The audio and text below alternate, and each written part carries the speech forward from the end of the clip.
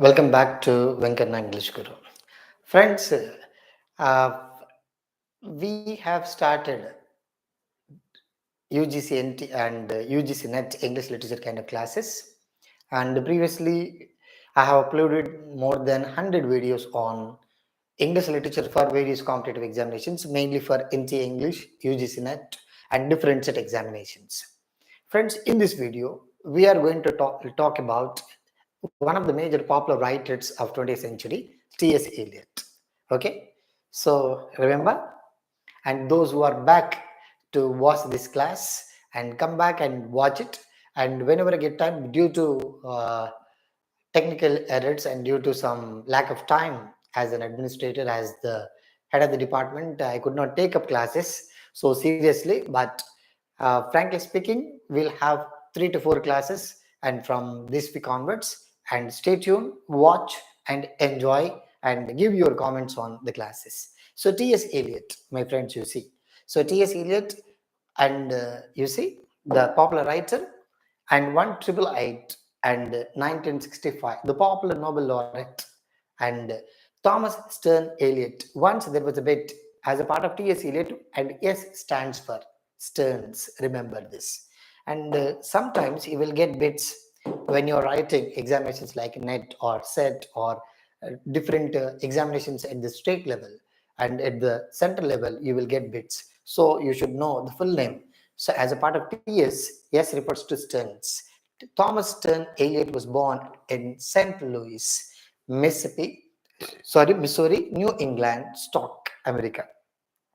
He was a popular essayist, known for wonderful essays like the Metaphysical Poets, the popular essay that is composed by traditional and individual talent, critical essays, selected essays, popular essays were written by, critical essays written by T.S. Eliot, and a publisher, and he published a lot of books, and he was a popular playwright known for writing 7 popular plays, and which create a lot of sensations among the people. One of them, Murder in the Cathedral, you might have read, and people usually read at the level of UG and PG. And literary and social critic, this is very important. T.S. Eliot as a critic will have another lecture. This lecture is only just about T.S. Eliot, a kind of introduction. Okay, social critic, and one of the 20th century major poets, one of the 20th century's major critics, along with Virginia Woolf, and you can see F.R. Lewis, Lionel Trilling, and Deblum Epson, like. And he entered Harvard University in 1906, was influenced there by anti-romanticism. This is very important. So he was greatly influenced by the ideas of anti-romanticism of Irving Babbitt. Very, very important. Who influenced and T.S. Eliot? Which philosophy influenced T.S. Eliot? Because as a critic, and when you're reading T.S. Eliot, it's very important to you. Let it be introduction. You see, the philosophical and critical interests of George Santayana. This is very important. So Irving Babbitt, and second important person who influenced T.S. Eliot was the philosopher George Santayana, as well as by enthusiast study of Renaissance literature and South Asian religions. Most of his poetry, most of his literature is greatly influenced by Indian scripts, Indian religions like Hinduism or and Buddhism, and different isms of South Asian literature. He wrote his Harvard dissertation because he did his PhD and at Harvard University, and on the English idealistic philosopher F.H. Bradley. This is very, very important. And what was his PhD about? Who did he work with? Very, very important. F.H. Bradley. F.H. Bradley emphasis on the private nature of individual experience. So, private nature of individual experience, a circle enclosed on the outside, influenced Eliot's poetry considerably. So, the poetry that is actually composed by F.H. Bradley influenced T.S. Eliot a lot. And Eliot attracted widespread attention for his poem, 20th century, the greatest ode in English literature that is published during in 20th century was first greatest ode, the greatest ode in 20th century, the love song of J. Alfred Prufrock. Very, very popular, my friends, published in 1915. And this is a very popular ode composed by T.S. Eliot. The love song of J. Alfred Prufrock. So, Prufrock poems are associated with T.S. Eliot, remember this. and the one of the most, and this is going to be this, according to many critics, this is the beginning of and modernistic writings, poetry mainly. Next, he was popular for his popular poems like The Wasteland. We'll talk about a lot, and I'll give you some of the shortcut techniques how to read and for competitive exams, how you can read for academics. The Wasteland and The Hollow Man and Ash Wednesday, four quartets, and the popular works, and Murder in the Cathedral also you can see. He is also known for his seven plays, and particularly Murder in the Cathedral. Very, very important, my friends, which became popular in 1935. Next, he was the only one who was awarded Nobel Prize for Literature, Order of Merit, and a lot. So, Nobel Prize for Literature in 1948, and for his outstanding pioneer contribution to present-day poetry. For his contribution towards poetry, he was awarded Nobel Prize for Literature in 1948, and mainly for his works and his poetry. Next, he began to write poetry when he was just 14 and under the influence of Edward Fitzgerald. Edward Fitzgerald's Rubaiyat of Amar Khayyam. This is the book which is written by Edward Fitzgerald, one of the popular American writers, which we have discussed previously, and translation of the poetry of Omar Khayyam. So Omar Khayyam and this work, which influenced at a very, very young stage. So the you may get a bit like, and who was the first influence? Who was T.S. Eliot was greatly first influenced by dash writer and influenced by dash philosopher, dash philosophy of dash religion or dash country. So these play an important role. From 1911 to 1914, he was back at Harvard studying Indian philosophy and Sanskrit. That is what you can see. The Wasteland, which ends with Om Shanti Shanti Shanti. So, and why? And you need to understand. And the process of reading The Wasteland, and which is very difficult because it includes more than 500 allusions. Because if you have read more than previously the previous literature of Indian or American or English or French literature, then only you will be able to understand a book like The Wasteland. So why? What actually made T.S. Eliot to use the word like Shanti and use different words of Sanskrit? And you can understand when you know certain basic concepts. So Indian philosophy and Sanskrit, and that he actually read at Harvard. By 1916, he had completed a doctoral dissertation, and he did his PhD. But the problem was he could not submit it for Harvard on knowledge and experience in the philosophy of F.H. Broadley. So his title, you will get a bit. What is the title of the dissertation that is written by T.S. Eliot? So you must know the full title. And knowledge and experience in the philosophy of F.H. Broadley. So the writer. Next, but he failed to return for the Viva Voce examination. That's what he is, and not considered doctorate because of not getting his PhD awarded. So very, very important, my friends. Early influence and the influence of Indian philosophy, influence of Sanskrit, and the title of his PhD and the writer and the reasons for not attending his Viva. And he also studied literature and philosophy in France and Germany. Very, very important. And he also, because the first country that he was expatriated, not to London but to Paris. So he, along with, I told you in my previous classes, like there is a code like ESP. ESP refers to Ezra Pound, Gertrude Stein, and T.S. Eliot. So Eliot, Stein, Pound. These three are considered to be lost generation, the exiles, and we can say there are different terms. These were the popular writers from America, but they felt that there was no future in America. Hence, in terms of progress, in search of progress, in search of getting some name and fame and earning something, they immigrated to first Paris, next to London. So that is what we'll talk about, France and Germany. That is why here you could find some of the popular writers like Charles Baudelaire, Arthur Rimbaud, Paul Valéry, and the popular philosophers of French literature. And he read that literature. Hence, these were the writers who were known for symbolism, imagism, Impressionism. So he read all the concepts of these literatures in French and came back and translated and wrote, combined these ideas in terms of writing literature in English. That's what, if you really want to understand T.S. Eliot, first we need to understand the popular literature of French and the popular writers of French, mainly Charles Baudelaire, Stephen Malum, and Paul Valéry. Like there are different writers. That is what, and he says, and T.S. Eliot is known for. We will also have video like the popular poetic techniques and used introduced by T.S. Eliot little later.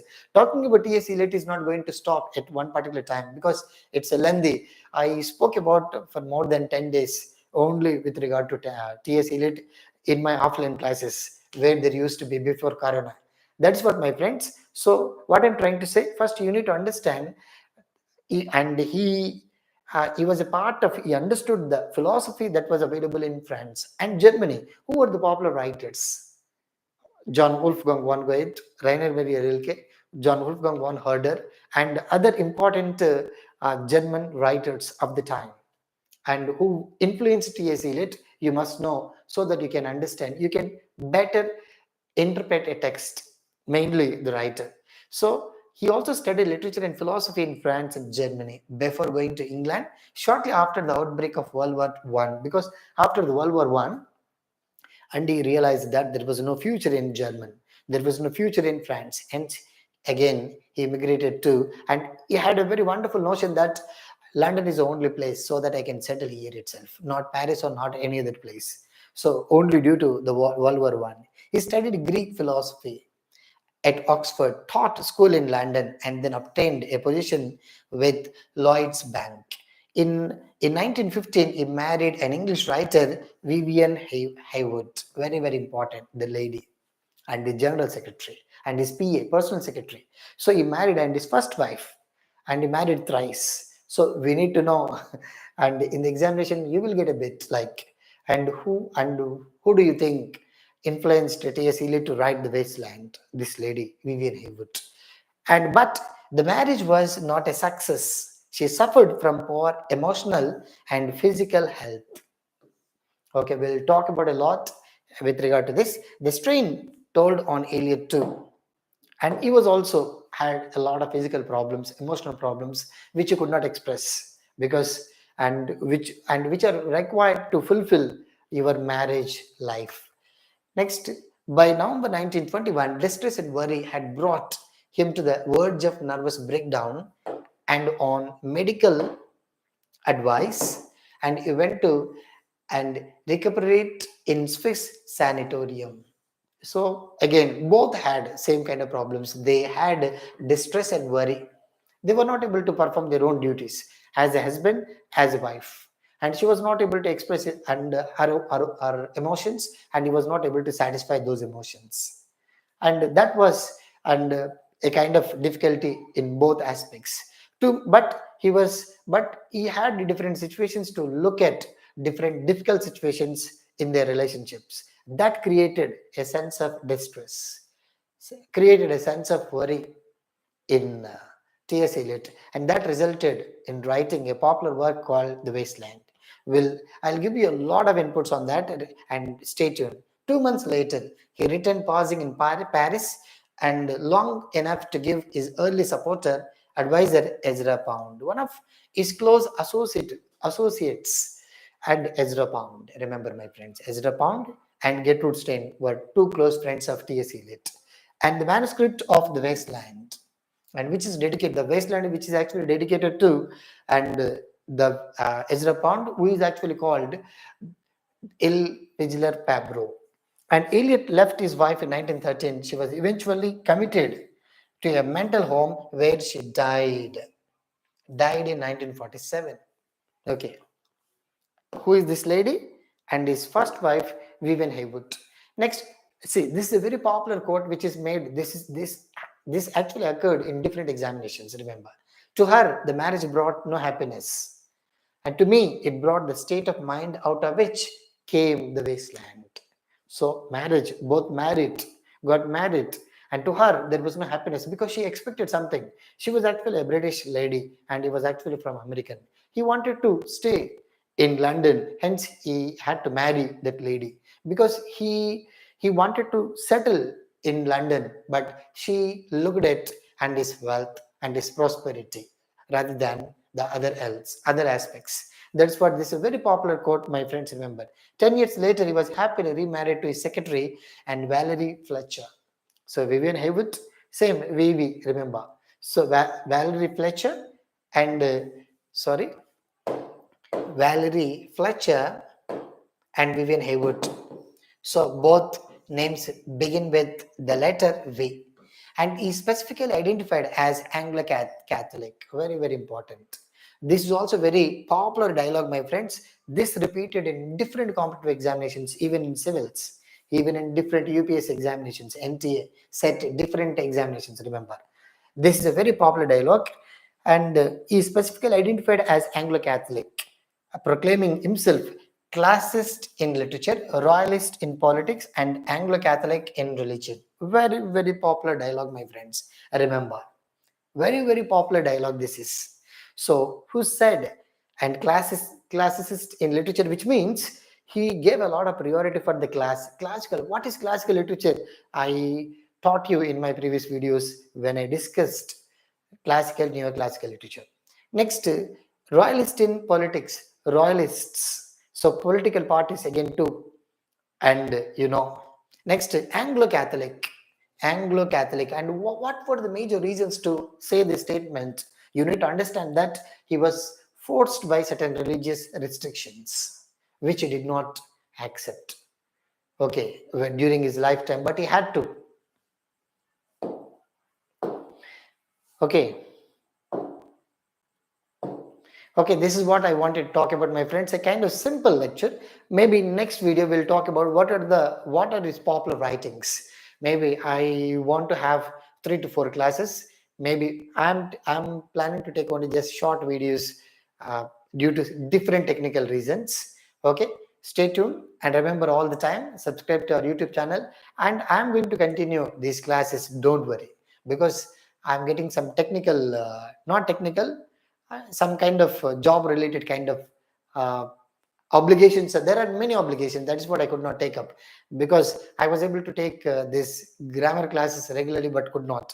But frankly speaking, I'm going to talk about nearly 10 to 15 important authors of modern period and postmodernism, like T.S. Eliot, Virginia Woolf, and Samuel Beckett, Ted Hughes. Next, Chinua Achebe. The popular writers are Toni Morrison. So the popular writer I'll be talking about. Next, we'll go into the chapterization once there is a notification. And stay tuned. And remember all the time, subscribe to our YouTube channel, share our videos, share our information to your friends, colleagues. Thank you.